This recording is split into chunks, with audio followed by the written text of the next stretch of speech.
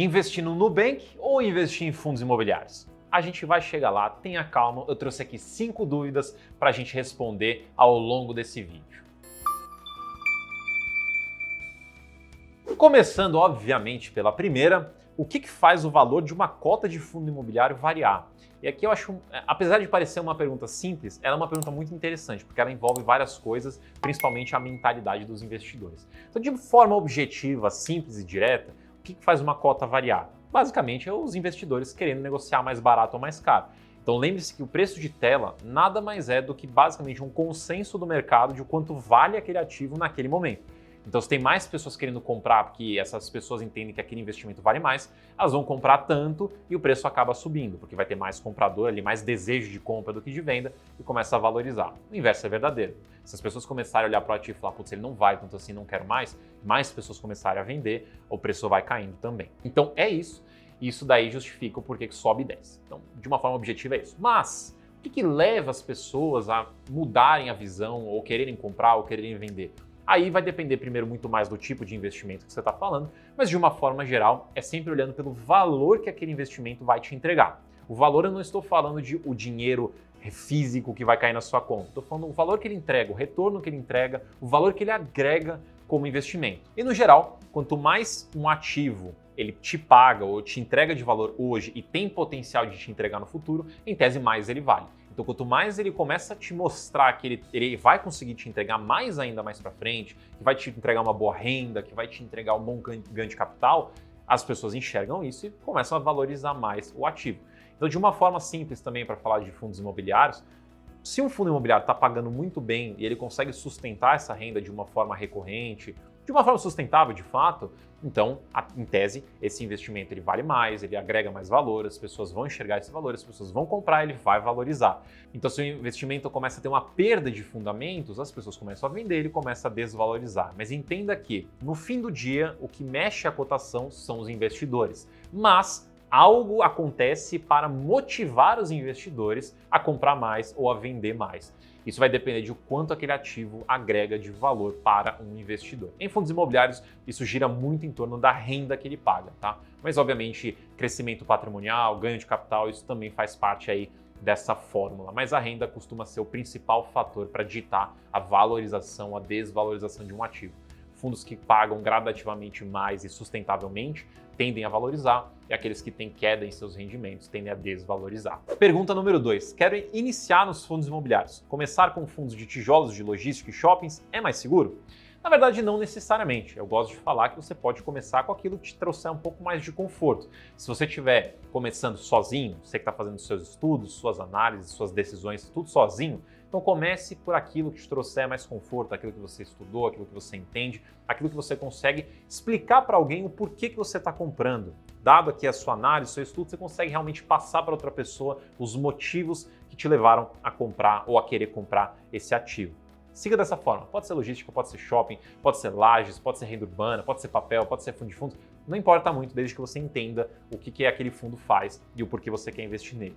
Se você estiver investindo com a ajuda de alguém, por exemplo, as nossas carteiras recomendadas, então aí você já pode abrir um pouco mais o seu leque logo de início. Você já pode comprar algumas coisinhas, porque você já tem o ativo validado por analistas como o professor Baroni. Então aí você já consegue comprar mais coisas sem ter o domínio total daquele ativo. E daí, paralelamente, você vai estudando e aprendendo mais sobre ele. Então, de certa forma, aqui o que eu quero dizer é, não importa tanto o setor, desde que você entenda o que esse ativo faz e você consiga explicar para uma pessoa. É uma forma legal de você avaliar se realmente você entende esse ativo. Então comece por aquele que você entende.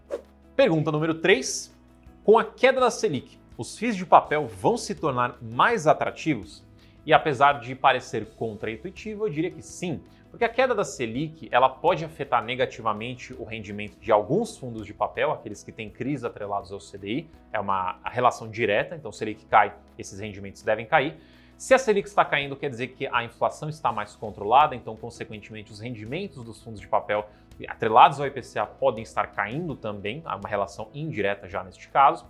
Então, o rendimento desses fundos de papel talvez não estejam no seu maior patamar, talvez esteja um pouco menor. Então, isso você poderia argumentar, então não é interessante, os fundos não estão atrativos. Mas aí, jovem gafanhoto, é que eu te explico. A queda desses índices, da Selic, da inflação, isso traz mais segurança para as operações, para a saúde financeira das empresas, as quais podem ter dívidas com fundos imobiliários. Então, de uma forma geral, o rendimento pode até ser um pouco menor, mas a saúde dessas operações podem estar maiores. Então, você consegue ver operações mais seguras ou menos arriscadas, menos problemas de crédito, e isso traz uma atratividade maior para os fundos de papel. Um outro ponto é que a queda da Selic, e mais do que a queda da Selic, a queda dos juros futuros faz com que o valor patrimonial dos fundos de papel subam. Isso também faz com que eles sejam mais atrativos. Então não se balize exclusivamente pelos rendimentos, obviamente use os rendimentos na sua análise, mas não exclusivamente. Mas esses outros pontos, como a valorização do patrimônio e a qualidade de crédito maior, saúde maior, isso traz uma atratividade maior para os fundos de papel. Quarta pergunta: por que o PVP não importa para as compras, mas para as emissões importa? Ótima pergunta. Na verdade, ele importa sim para compras também, mas eu imagino que você está falando mais a questão do valor patrimonial ali, né? Focando na parte do valor patrimonial mais do que na parte do preço. Então, eu vou dividir aqui minha resposta em algumas partes. Primeira parte. Obviamente o PVP importa. Se você está comprando um fundo imobiliário com um PVP muito alto, então, de certa forma, você está pagando muito caro num ativo, o seu retorno pode acabar sendo abaixo, né? Pode ser inferior ao que deveria ser. Então ele importa. O que a gente fala é que ele não importa tanto assim em alguns casos, porque ele pode estar defasado. Isso em fundos de tijolos. Pode ser que em fundos de tijolos o valor que você está vendo ali de um valor patrimonial, ele pode estar desatualizado, ou ele pode não refletir o real valor dos imóveis do portfólio. Então não é que não importa. Importa, mas em alguns casos pode importar menos. Em fundos de papel já importam mais. Mas o que eu acho que você perguntou é mais olhando para aquela parte do valor patrimonial. Nessa parte do valor patrimonial, a sua compra não importa em nada para o fundo no valor patrimonial. Não vai afetar nada. Você pode comprar um fundo que vale 100 a 200, isso não vai afetar o valor patrimonial do fundo. Agora, quando a gente fala em uma emissão, esses valores eles são super importantes porque o valor no qual uma emissão é realizado vai ter um efeito direto no valor patrimonial do fundo. Então, uma emissão que é realizada abaixo do valor patrimonial, depois que ela é concluída, o valor patrimonial do fundo cai. Então, uma emissão com valor abaixo do valor patrimonial pode desvalorizar o seu investimento. E eu não estou falando desvalorização de cota, estou falando desvalorização de patrimônio mesmo. E, obviamente, se tem essa desvalorização de patrimônio, geralmente a consequência também é a desvalorização da cota. O inverso também é verdadeiro. Se uma emissão é realizada acima do valor patrimonial, isso valoriza o valor patrimonial, isso valoriza o seu investimento e muitas vezes também tem a consequência de valorizar a cota. Então, olhando por esse lado do valor patrimonial, na compra não importa para nada, porque não afeta o valor patrimonial do fundo, mas na emissão é importante, porque se for abaixo, desvaloriza o fundo, se for acima, valoriza o fundo. Mas voltando também no começo da resposta, o valor que você pagar numa cota vai definir o quanto que você vai ter de retorno. Então, se você compra por um valor muito alto, seu retorno pode ser inferior. E se você consegue comprar por bem mais baixo, você pode ter um retorno acima da média por ter comprado descontado. Não sei se exatamente era essa a sua pergunta, então abordei aqui alguns tópicos, mas acredito que eu consegui responder a maioria da dúvida aqui, né? A maior parte da dúvida. Quinta pergunta.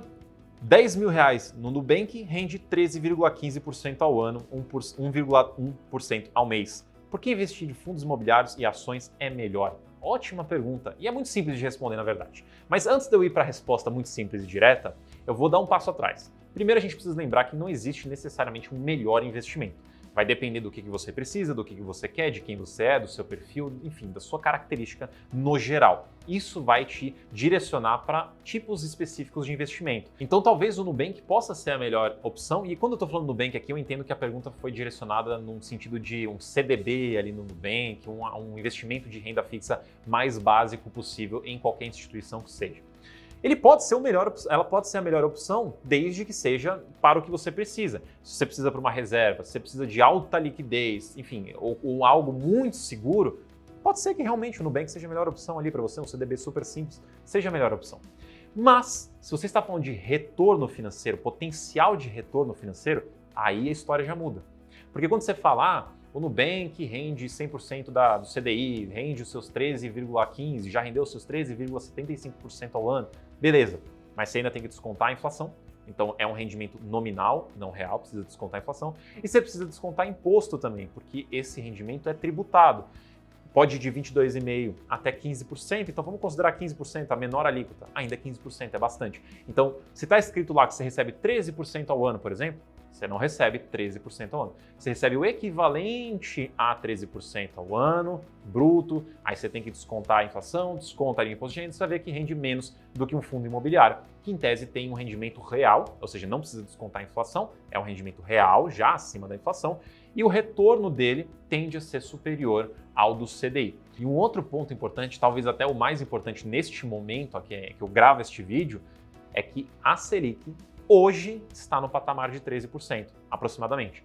Então, daqui para frente, ela deve cair, porque já o previsto e o esperado é que venha a cair aí conforme as próximas reuniões do Copom. Então, você tem esses 13% hoje, mas na próxima reunião deve cair, e na próxima deve cair, e na próxima deve cair, até chegar mais ou menos ali nos 9%, por exemplo, no ano que vem. Então 9% já para 13% já caiu bastante, e dali para frente a gente vê como é que as coisas vão andando.